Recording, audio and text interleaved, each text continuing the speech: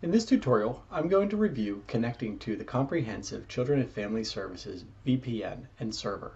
This will be for remote clinicians. Connecting to the comprehensive server is a two-step process. The first step is to connect to the VPN. This process actually connects your computer to the office using an encrypted tunnel. Now, it's kind of technical, but what's important about it is that all your data that goes over that tunnel and over the public internet is encrypted and safe and secure for your clients. The second step, once that is connected, is to connect to the desktop of the server, and this allows you to do your work, type up your lesson, your plans, etc. So let's get this started. Let's get started with connecting to the VPN. The first thing you want to do is open up a web browser. In my example, I've opened up Chrome. It's a great browser. If you don't use it, that's okay. You can use Firefox, Internet Explorer. Everything's going to be a little bit different between each one as far as where your downloads go, but typically it goes to the downloads folder. Where you want to go is to this website. It's https://webmail.comprehensivecfs.com. And then here's the important part. You want :4443. You put that in, hit enter. You may be prompted that it's not a secure site. You're going to want to click, I understand this, please continue this site.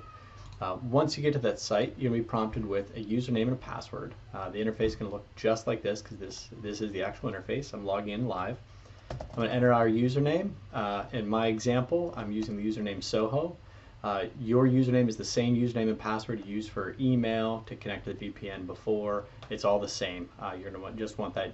Your username is in the format first name dot last name. So mine would be Stephen.Grabowski, and then the password that was assigned to you. Click on login. Once you click login, oh, hold on, we gotta do it again. I was sitting on that page too long.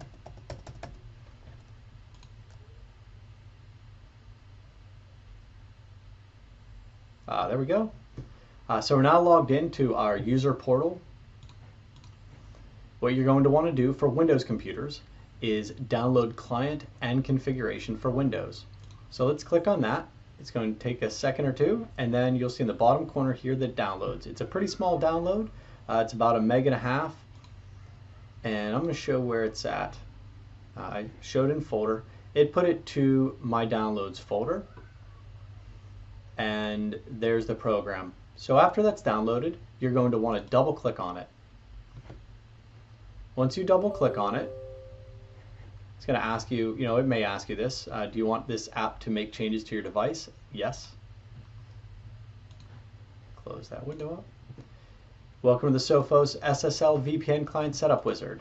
This is a very simple procedure. You're going to click Next, click I agree, and then just click on the install.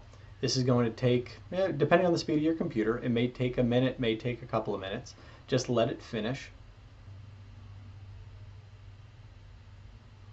There we go.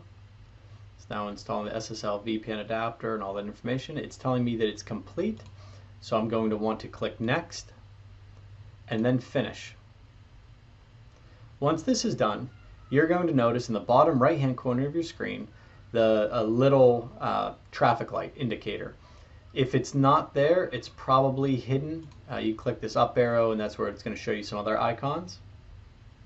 And if you right mouse click on it, you're going to have a couple of, you'll probably just have the one. It'll have your username to connect. All right, the next step that we want to do, that was just the setup step. The next setup step that we want to do is to create the icon that we'll put on your desktop that will actually allow you to complete the second step in phase 2, and that is to connect to the server. So let's click on Start. Windows 7, Windows 10, Windows 8 all work the same way for the most part. Click the Start button and then just start typing in what you want. And in this case, let's type in MSTSC. You're going to see it's going to automatically find the remote desktop connection. Let's click that. Once we click on it, yours will probably be blank. You're going to want to put in for the computer name, just put 10.1.1.100. The dot is a period. All the same. Click on Show Options. We're going to speed this up for you. So I want you to click on highest quality. Let's not do that. Let's just do high color, 16-bit.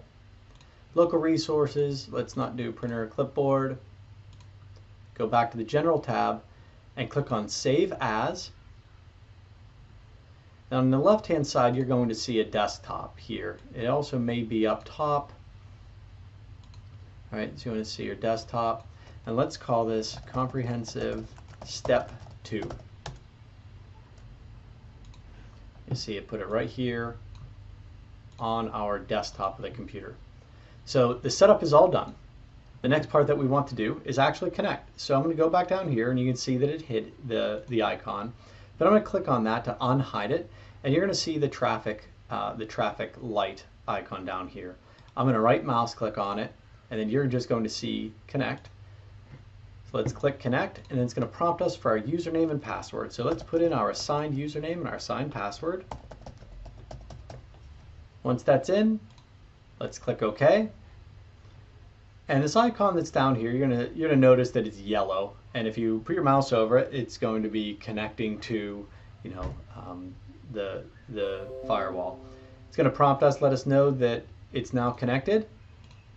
You're also going to notice that it is a green icon. The traffic light is now green, which means go.